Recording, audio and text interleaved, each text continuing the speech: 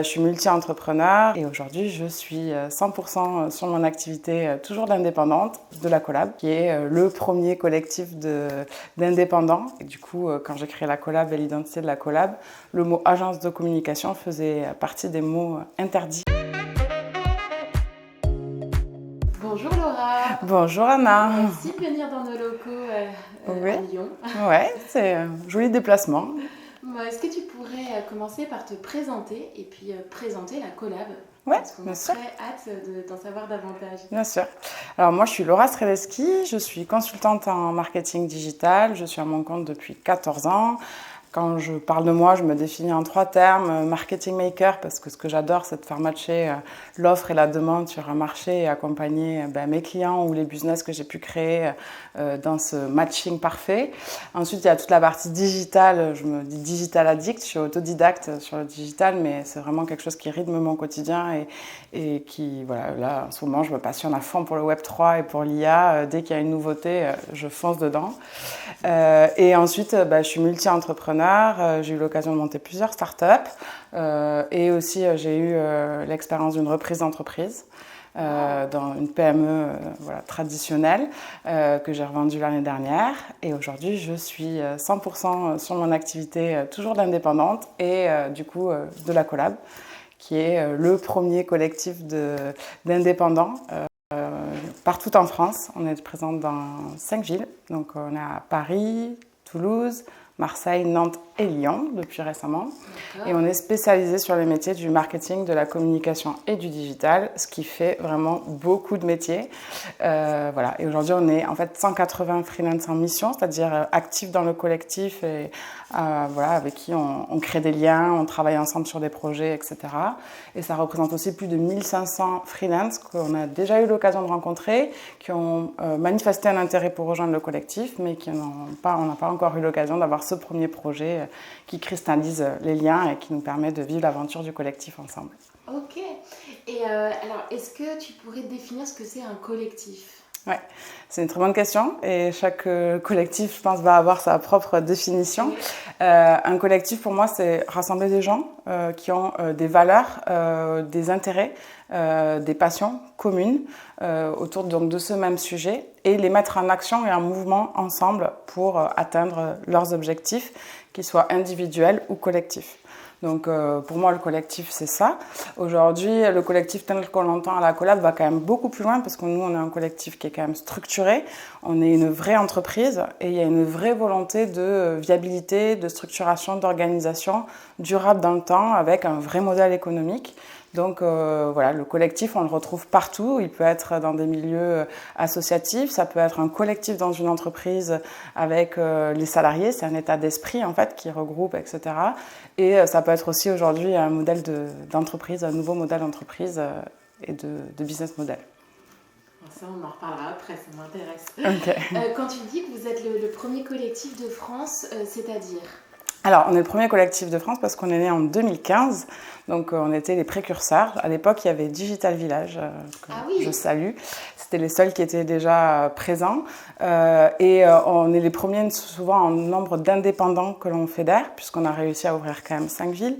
Et à ces 5 villes, on représente 180 freelance fédérés. Donc en ça, en tout cas, on est les premiers sur le marché du marketing, de la communication et du digital. D'accord, 2015, vous étiez pionnier, effectivement. Effectivement, quand je me suis lancée dans la création du collectif... Alors quand je me suis lancée en indépendance en 2014, on me disait mais tu n'as pas réussi à trouver du travail. Donc non, c'est par choix. Et en 2015, quand j'ai lancé le collectif, tout le monde me disait mais pourquoi tu ne fais pas une agence de com comme tout le monde ? Non, je veux faire un collectif et du coup, quand j'ai créé la Collab et l'identité de la Collab, le mot agence de communication faisait partie des mots interdits du champ lexical. On voulait vraiment se positionner haut et fort comme un collectif indépendant. Ça c'est intéressant. Et comment t'es venue l'idée en fait de créer un collectif? Parce que c'était un phénomène plutôt pionnier. Le freelancing n'était pas encore très trendy en 2015, non. Ça commençait quand même, mais effectivement il y en avait très peu, on en a peut-être peu parlé. Ouais, je pense que c'est devenu trendy plutôt en 2018 avec l'arrivée de Malte qui a évangélisé et 2020 avec le Covid. Voilà, c'est là où c'est devenu trendy. Moi, à l'époque, comment m'est venue l'idée, j'étais moi-même indépendante. Sur la partie freelancing, j'adorais ce mode de travail, mais ce qui me manquait, c'est de l'interaction avec d'autres entrepreneurs, d'autres freelances, à la fois sur mon métier, c'est-à-dire pouvoir confronter des avis. J'étais assez convaincue de l'intérêt de l'intelligence collective pour rendre des rendus, des livrables beaucoup plus qualitatifs, qui va beaucoup plus loin. Voilà, quand on a plusieurs, c'est intéressant. Et puis aussi un besoin de soutien, d'entraide, de motivation. Je pouvais rester jusqu'à 13h en pyjama et de me dire, ok, aujourd'hui, je vais voir un autre freelance, bosser avec lui dans un cowork, etc. Voilà, j'avais cette émulation de groupe, c'était assez important. Et à l'époque, même s'il y avait des réseaux, on va dire, c'était pas forcément des réseaux de freelance et encore moins sectorisés. Et du coup, quand j'allais sur des événements de réseau, c'était un petit peu, je rencontrais tout métier, ça avait un intérêt, mais c'était pas celui que je recherchais. Et d'un autre côté, j'avais des clients qui me demandaient la réalisation de sites internet, par exemple. Et moi-même, j'avais pas toutes les ressources et les compétences nécessaires pour faire un site internet. Donc, j'avais besoin de m'entourer. Et je me rendais compte que un client qui veut faire un site internet sur un WordPress, par exemple, je ne pouvais pas lui présenter quelqu'un qui savait utiliser que PrestaShop, etc. Et donc, du coup, je trouvais que c'était très intéressant pour le client, pour chaque projet, de lui composer une équipe sur mesure en fonction de ses besoins outils, de ses besoins d'expérience. Est-ce qu'il a besoin de senior ou de junior pour le projet? Est-ce qu'il a besoin d'une grosse disponibilité ou finalement une petite disponibilité? Des compétences sectorielles aussi. Et de pouvoir composer en fait cette équipe sur mesure plutôt que de devoir, VS les agences qui étaient obligées de positionner les ressources qu'elles avaient en interne. Je trouvais que ça faisait vraiment une différence en termes d'accompagnement et de qualité de rendu pour l'entreprise et que ça devenait un vrai facteur de succès pour eux de faire appel à des indépendants. C'était vraiment du sur-mesure. Et en 2015, quand tu as monté ça, donc tu as un associé ou une associée sur ce sujet? Alors en 2015, non. J'avoue que je me suis associée après. Ouais. En 2015, en fait, j'embarque un peu les premiers indépendants avec qui je travaillais au quotidien sur les projets clients. Donc on doit être une petite dizaine. Tous me disent « Ah oui, ça a l'air génial ce que tu veux faire, on te suit, qu'est-ce qu'il faut qu'on fasse, comment on s'organise, etc. » Et en fait, je rencontre du coup Célia, qui est la cofondatrice de la collab aujourd'hui et qui est l'associée historique. Je la rencontre en 2016 sur LinkedIn. Voilà, on commence à échanger, papoter, on commence à aller ensemble à des événements et puis en fait on s'entend bien et elle adhère complètement au concept de la collab et c'est le premier, on va dire, feu vert sur le modèle de la collab puisqu'elle décide de me racheter une partie des parts et donc ça veut dire qu'elle y croyait vraiment et elle a eu raison puisque ensuite on a fait plein de belles choses ensemble et aujourd'hui on a une collab qui ne ressemble pas à celle qu'on avait imaginée quand on s'est associé et qui est bien au-delà de nos espérances. Et elle est arrivée quand dans l'aventure? Donc du coup, c'était début 2017. Début 2017, ok. Voilà. Donc plutôt quand même au début. Oui, voilà. En fait, on s'est rencontrés courant 2016, donc le temps que ça se fasse, voilà, qu'on apprenne à se connaître et à travailler ensemble, c'était début 2017. Chouette. Et c'était quelque chose qui était important pour moi, c'était de ne pas créer quelque chose seul. De suite, je voulais un capital ouvert, partagé. Et donc, Célia, c'est mon associée, on va dire, principale du départ. Mais même aujourd'hui, quand on ouvre des villes, en fait, on crée des sociétés dans chaque ville. Et on s'associe avec donc, les city leaders. Donc, ce sont les freelances qui créent le collectif dans les villes. C'est très important pour nous, ce côté associé. Voilà, c'est aussi une façon d'impliquer les gens. Et ils collaborent sur le modèle, ils ont une vraie valeur ajoutée. Donc c'est important de les associer. Et on associe aussi des freelances en local au capital. Oui, donc tout le monde est indépendant et entrepreneur. Exactement. Donc ça a plus de sens finalement de voir Exactement. pour ça. Exactement. Okay. Intéressant. Et donc c'est quoi votre business model? Comment la collab gagne de l'argent? Alors la collab est totalement gratuit pour les indépendants. Le business model est porté par nos clients. On a 3 offres qui sont Project, on va dire que ça ressemble à l'agence de communication. On a Connect qui va se rapprocher d'un cabinet de ressources humaines mais spécialisé pour le freelancing. on va principalement faire du recrutement et placer des talents dans des entreprises, donc pas en salarié mais en contrat indépendant, freelance. Et la troisième brique, c'est la partie académie, puisqu'on est un organisme de formation Calliope. Et donc, les freelances peuvent dispenser des formations finançables OPCO. Et en fait, du coup, on propose ces 3 offres et on a une commission sur les... alors, c'est même pas une commission sur la part des freelances, parce que quand on monte un projet, on va soit annoncer le budget qui nous est communiqué par le client et chaque indépendant va proposer son prix. Et ensuite, on va ajouter la partie la collab, mais on ne va pas venir rogner sur la partie du freelance. On fait très très peu d'apports d'affaires sur le freelance. On veut vraiment que celui qui rémunère le modèle de la collab, ce soit le client, parce que c'est lui, à mon sens, qui bénéficie le plus de cette communauté. Et on crée de la valeur ajoutée ensemble pour le client. Ok, donc il paie en fait un forfait de départ pour... c'est ça. En fait, dans le prix par exemple d'un site internet, vous avez le prix du web développeur, du designer, du rédacteur, du SEO, etc. Et vous avez une part pour la collab. Okay. Donc c'est dans le budget global qui est communiqué au client. Et effectivement, le freelance n'a pas l'impression qu'on prend non plus un pourcentage sur son chiffre et donc c'est davantage communautaire. C'est ça, exactement. Okay. Ouais, voilà. Chaque freelance a son prix et on va pas juger le TJM. On n'a pas de grille préconçue, donc on ne va pas juger le TJM d'un freelance. Il y a juste des freelances qui sont plus chers, moins chers, parce qu'ils ont des expériences à valoriser qui sont différentes. Et voilà, ça convient à tout type de clients. Et ça veut dire quoi, ouvrir une ville? Alors, ouvrir une ville, c'est un vrai accompagnement aujourd'hui qu'on propose. Donc, c'est principalement Célia et moi, accompagnons donc des freelances dans une ville qui veulent ouvrir un collectif. Par exemple, avec Léa à Lyon, elle avait cette petite idée derrière la tête un jour d'ouvrir un collectif, cette folle aventure. Et en fait, le faire seul, ça représente quand même beaucoup d'investissement. Et comme c'est assez nouveau, les gens ne savent pas trop comment le prendre. Donc, du coup, ils viennent souvent à nous aujourd'hui en me disant j'ai envie d'ouvrir un collectif dans ma ville. J'ai vu celui de la collab, il me semble me plaire par rapport à ses valeurs, à sa façon de fonctionner, à sa méthodologie. Et je voudrais être accompagnée pour peut-être ouvrir une antenne de la collab. C'est un système de franchise en fait. Alors, c'est pas un système de franchise puisqu'on est sur... en fait, c'est un développement en propre. Ouais, c'est un modèle associé.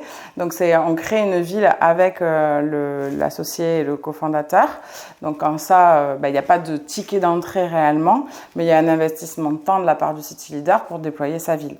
Voilà.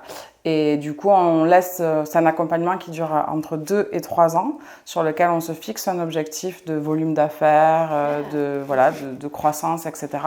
Pendant ce laps de temps que nous, on fait l'accompagnement, donc c'est-à-dire c'est des rendez-vous, c'est des échanges presque toutes les semaines, on a des rendez-vous toutes les 2 semaines pour faire un point sur le sujet d'avancement, on a des séminaires tous les 3 mois où on se réunit, où on se voit, on a beaucoup d'outils mis à disposition, on a beaucoup de retours d'expérience qui se fait entre chaque city leader. Donc ça, c'est la richesse de l'accompagnement. Et pendant cet accompagnement, en fait, on propose d'incuber, de couver le business sur une société, qui s'appelle la Collab Nomade. Et en fait, elle regroupe toutes les villes qui sont en cours de création. Ça permet de mutualiser les frais de structure, le temps que la société grandisse et elle ait assez de ressources pour être indépendante complètement et avoir sa propre entité. Donc, par exemple, la Collab Lyon est aujourd'hui, incubée dans la Collab Nomade, aux côtés de la ville de Nantes, qui est aussi en création. Et comment vous faites? Vous mutualisez à travers une société commune à toutes les villes émergentes, voilà, qui s'appelle la Collab Nomade. Voilà. Et donc, vous mutualisez les frais pour vérifier que ça vaut le coup de voilà. l'entité juridique. C'est ça. À part entière. Quand c'est ça. Okay. Voilà. Autant pour nous que pour la personne qui ouvre en local. 3 ans. Maximum. Ça peut être 2 ans. Ça dépend de l'objectif du chiffre d'affaires. C'est ça, exactement. Okay. Voilà. Si c'est atteint en 1 an et demi, on va ouvrir en 2 ans. Si c'est atteint en 2 ans et demi, on va ouvrir peu près en 3, quoi. D'accord, ok. Voilà. Et le modèle juridique, c'est quoi? SAS. SAS, ouais. D'accord, pour chacune des entités établies. Oui, ça a été un gros débat chez nous. On avait fait des statuts de SCOP qu'on avait complètement établi. Les statuts, il restait qu'à les signer. Et on a fait machine arrière au dernier moment parce qu'on trouvait que la SCOP, ça enlevait une partie un peu entrepreneuriale à laquelle on tenait énormément avec Célia, dans le sens où dans la SCOP, les parties prenantes sont salariées quand même. Et du coup, ça enlève une certaine liberté, on trouve, aux indépendants qui en font partie. Et nous, on veut que les indépendants gardent toute leur liberté. Parce qu'en fait, on veut qu'ils soient là par choix et pas parce qu'à un moment donné, ils sont rentrés dans une scope salariée, que c'est compliqué d'en sortir, etc. Et donc la SAS, c'est un modèle très flexible on peut faire une gouvernance à notre image, qui est chez nous très horizontale, collaborative, etc. Et on a trouvé que même au niveau des entreprises qui souhaitaient faire appel à nos services, etc., c'était aussi rassurant pour eux de savoir qu'on était une vraie entreprise, on est une SAS comme eux, et ça donne aussi un peu plus de garantie, on va dire, pour ces entreprises-là. Après, l'entité chapeau qui s'appelle la Collab Society est une entreprise de l'économie sociale et solidaire parce que sa mission à elle, c'est aider les indépendants à se développer dans leur activité, éviter les situations précaires via la solution du collectif. D'accord. Parce que pour nous, on pense que c'est un vrai outil pour un freelance pour développer son activité et surtout ne plus se sentir seul. Parce qu'il y a une précarité qui peut être financière, mais aussi sociale, psychologique. On voit beaucoup de gens qui se sont lancés, là, par exemple, dans la période de Covid en freelance. Et là, ça fait 2-3 ans, c'est un peu compliqué, on est dans une période de crise. Finalement, tout le monde n'est pas prêt à vivre cette situation et on peut avoir des burn-out, même en tant que freelance. Et voilà, le collectif, ce réseau d'entraide, etc. En tout cas, ça permet peut-être pas de l'éviter, mais en tout cas de peut-être être pris en charge plus vite, de trouver en tout cas des relais, de l'aide. Est-ce que la collab chapeau, comme tu l'expliques, oui, c'est une autre entité encore? Oui, en fait, c'est l'entité qui s'associe avec chaque ville. C'est la Collab Society, c'est Célia et moi en gros, et on s'associe via cette entité dans chaque ville. Et quand vous vous associez à ces entités, c'est pour venir en aide au profil...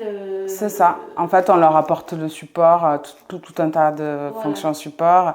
D'accord, les fonctions support aussi, c'est l'épaule sur laquelle c'est penché. C'est ça. En fait, par exemple, si je reprends l'exemple... Vu qu'on est à Lyon, je parle beaucoup de Lyon. Oui. Si on reprend l'exemple de Léa à Lyon, c'est un profil social media manager, donc très communicante, très créative, etc. L'admin et la partie compta, gestion d'une société, c'est pas son plus grand dada. Et du coup, elle est contente de pouvoir compter sur ses associés, donc Célia, moi et la Collab Society, les équipes qu'on a à l'intérieur, pour pouvoir l'aider à gérer la partie financière de sa société, par exemple. Mais ça peut être aussi l'aider à développer des leads, à communiquer sur sa ville, enfin, voilà.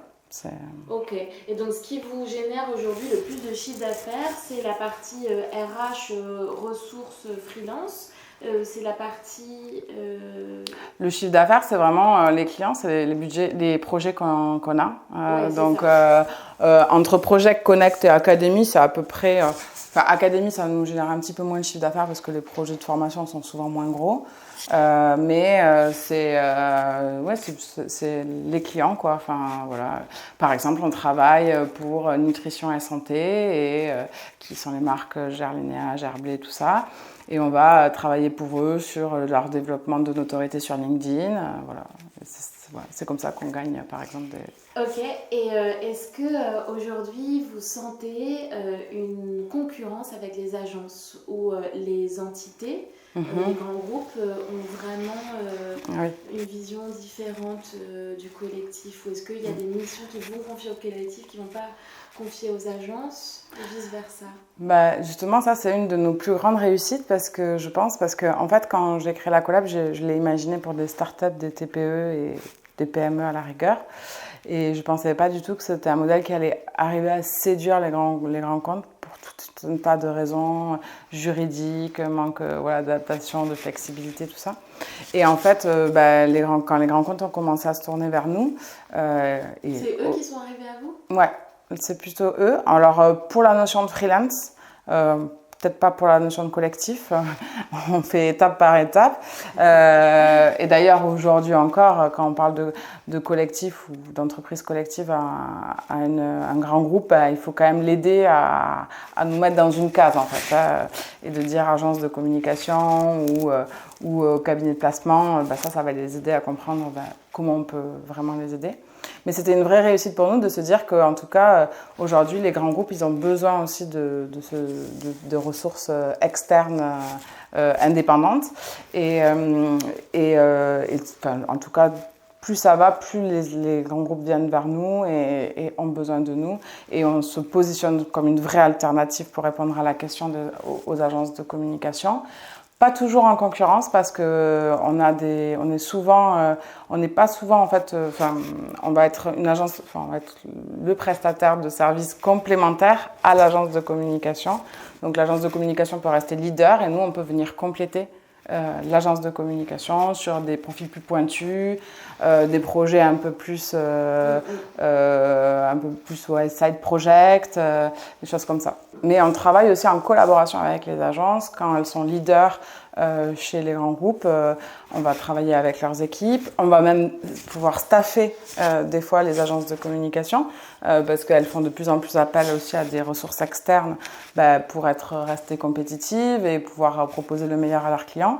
Et donc des fois, elles vont faire appel aux ressources de la collab, aux indépendants de la collab, qui sont déjà des indépendants testés et approuvés pour pouvoir répondre à leurs demandes de clients. Donc, en fait, quand je t'entends, je me dis que c'est vraiment un modèle multidimensionnel qui peut s'adapter et se façonner en fonction des besoins, et en ça, c'est plutôt précurseur, quoi. C'était un peu l'idée, c'était de créer un modèle qui est à la fois structuré et en fait où on peut avoir réponse à tout, mais en s'adaptant tout le temps. C'est-à-dire qu'il n'y a pas, je dis toujours, il n'y a pas un mode opératoire. On a plein de petits outils, on a plein de process, on a plein de méthodes.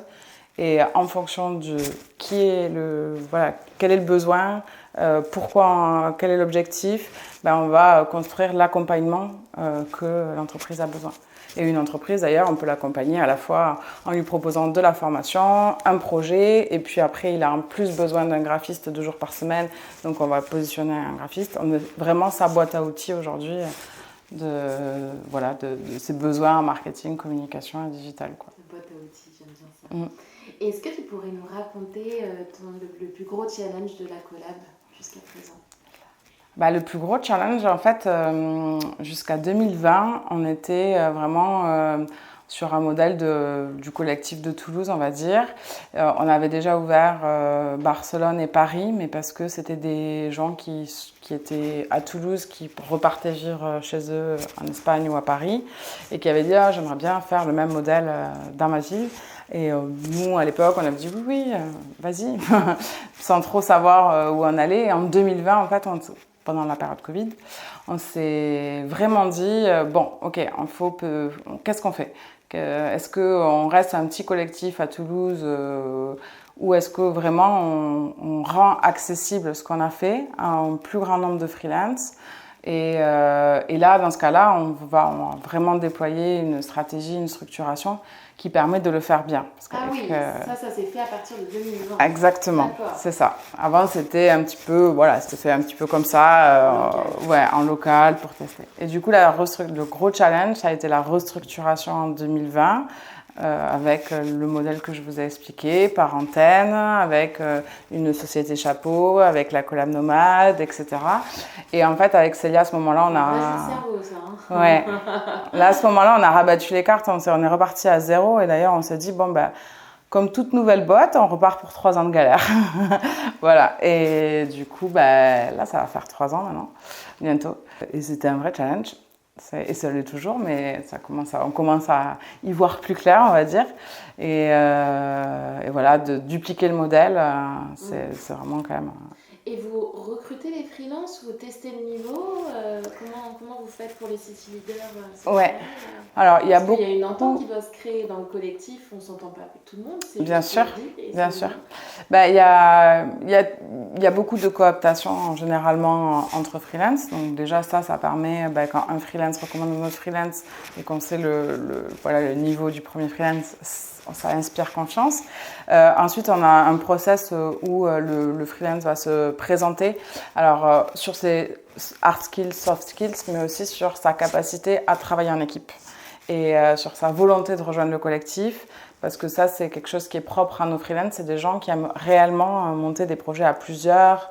Voilà, on fait équipe, quoi. Et ça, c'est pas le cas de tous les freelances. Ensuite, on rencontre tous les freelances individuellement. Donc, c'est souvent le city leader où on a des événements dédiés qui nous permettent de faire des meetings en one by one. Et du coup, là, ça nous permet d'avoir une première idée du profil du freelance, voilà, sur ses compétences. On a ses références, on a son portfolio, toutes ces choses-là. Et après, on va consulter le freelance dans un premier temps. Alors, sur des premières consultations, c'est possible qu'on lui demande, par exemple, de faire, si c'est un community manager, d'écrire un post qu'on peut présenter au client pour montrer, etc.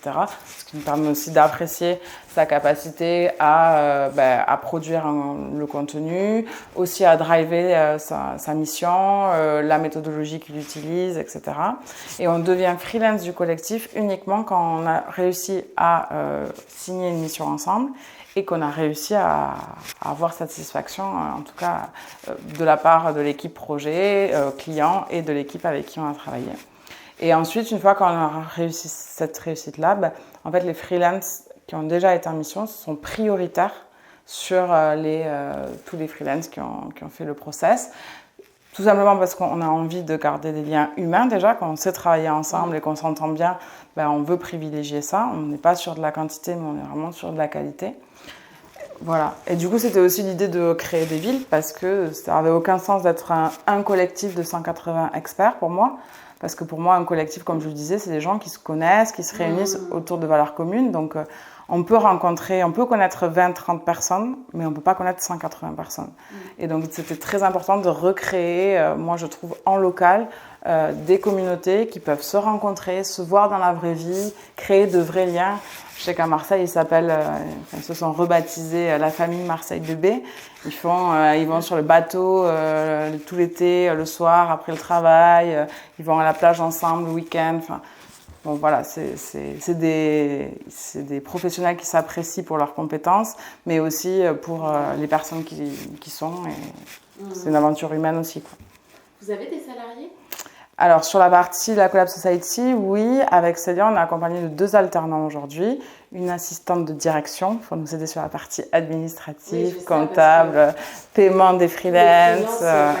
C'est ça. Ça doit être un boulot. Voilà. Donc là, pour l'instant, c'est une apprentie qui nous aide sur cette partie-là. Et on a une apprentie sur la partie communauté, donc gestion de la com et de l'onboarding des freelances, on va dire. Et après, on a des freelances qui travaillent avec nous. On a une contrôle de gestion, une fille qui va être plus sur la partie analyse financière, stratégie financière. Et on a une responsable pédagogique en freelance aussi. Et on a une personne qui est en charge du recrutement, voilà, une recruteuse pour le collectif s'il y a besoin. Okay. Voilà. Et vous vous réunissez entre villes ?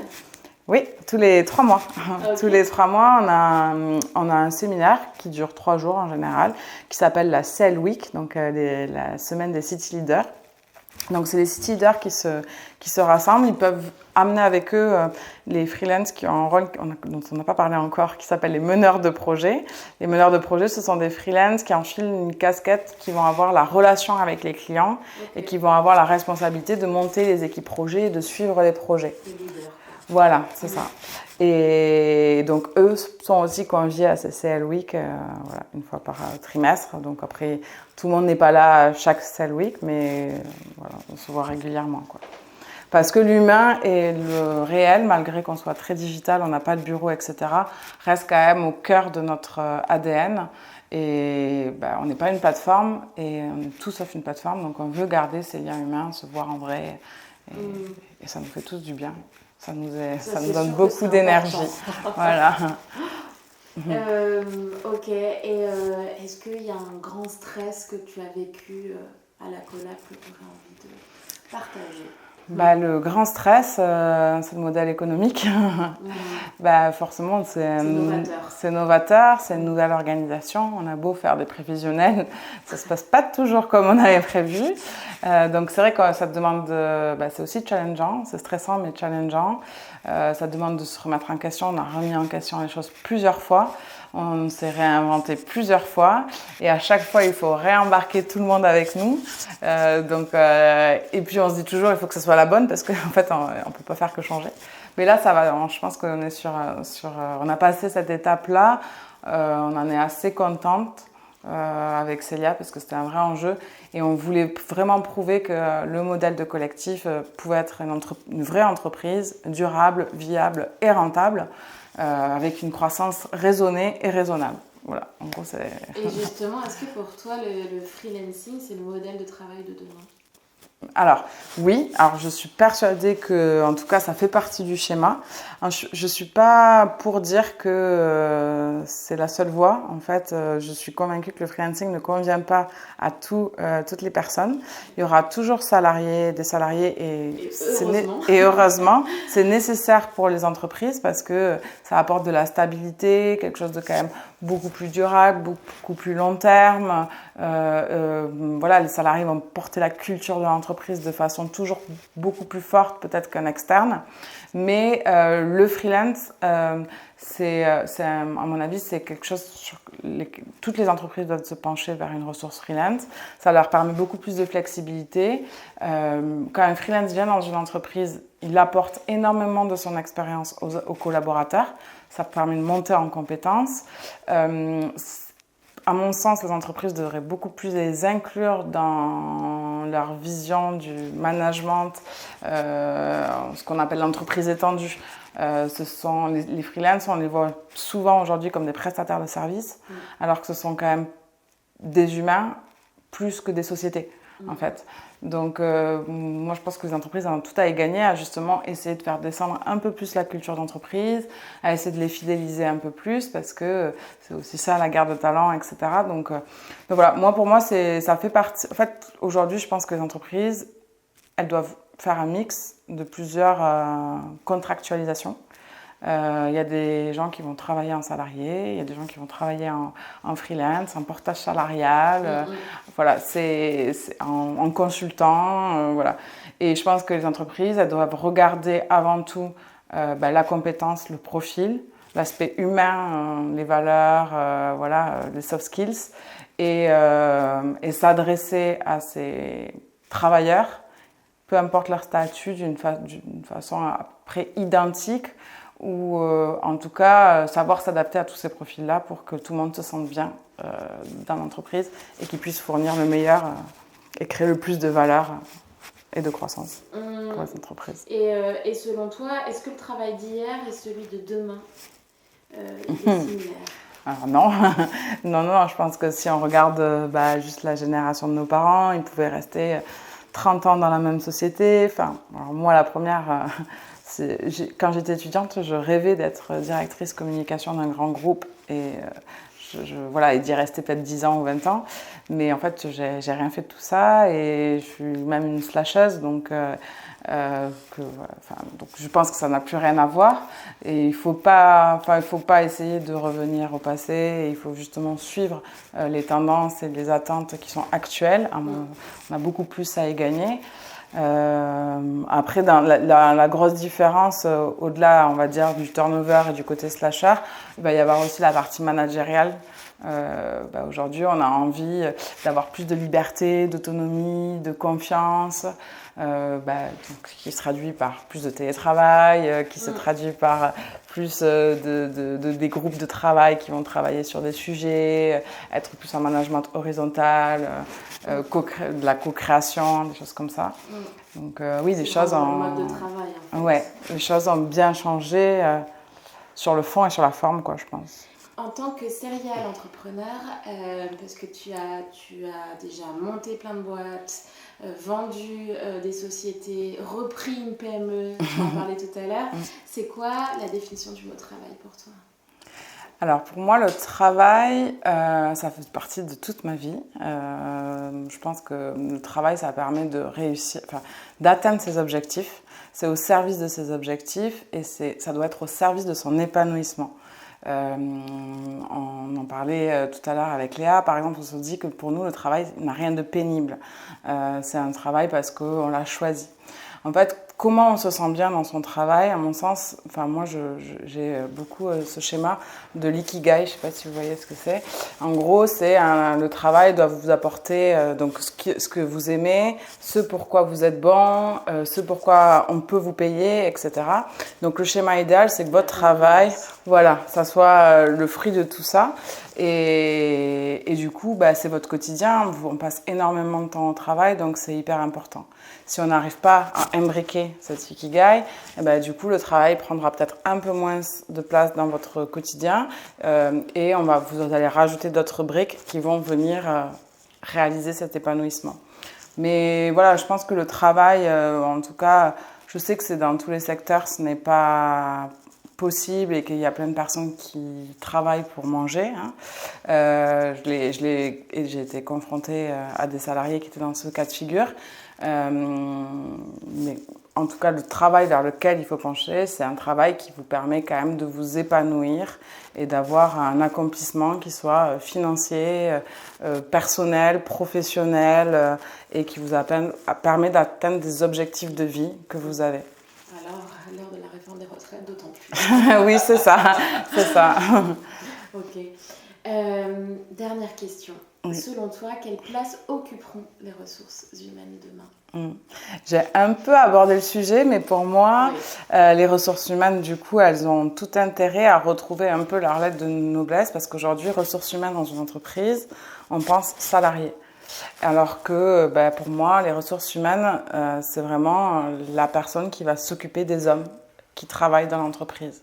Mais des hommes au sens large, en fait. Et du coup, de voir plus large et de voir plus au profil de la personne, peu importe son mode de contractualisation.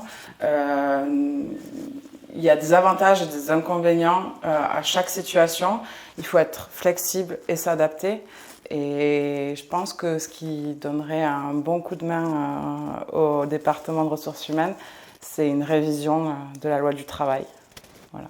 Parce que ça accompagnerait en fait que mieux et ça ferait moins peur aux ressources humaines de faire évoluer leurs pratiques si à côté le code du travail a évolué en même temps. Ok, tu as une ou deux idées à partager ? Oui, bien sûr. Par exemple, toute la partie sur l'aspect légal, quand vous faites appel à un freelance, vous devez faire attention de ne pas avoir de dépendance économique. Les critères de la dépendance économique, ils sont, pour moi, d'une autre époque, en fait. Ils sont censés protéger les salariés et les indépendants, mais en fait, aujourd'hui, ils bloquent les salariés et les indépendants. Donc, c'est quelque chose qu'il faut revoir. On n'est plus dans les années de l'industrialisation, donc on est dans une année, une nouvelle génération et qui a envie parfois d'avoir une dépendance économique pendant 6 mois parce que c'est nécessaire, mais qui pour autant n'a pas envie de signer un CDI. Donc pourquoi on force un freelance à être en CDI alors que ni l'entreprise ni le freelance a envie... Et donc du coup il y a des petites choses comme ça dans le code du travail qui sont quand même bloquants, qui font du coup peur aux entreprises de faire appel. Voilà. En tant que salarié déguisé. Exactement. Alors qu'il n'y a pas, entre guillemets, lieu d'être, quoi. Et donc, voilà. Je pense que pour vraiment donner un accélérateur au Future of Work tel qu'on en parle et on l'imagine aujourd'hui, on a peut-être besoin d'un coup de pouce du gouvernement sur la loi, quoi. Merci pour ce partage, c'est intéressant. Merci beaucoup, merci Laura. Avec plaisir, ravie. J'espère que ça aura été intéressant. C'était passionnant, merci d'être venu dans les locaux et puis on va faire plein de choses avec la collab et ça c'est une bonne nouvelle. Ouais, merci beaucoup, merci. À bientôt.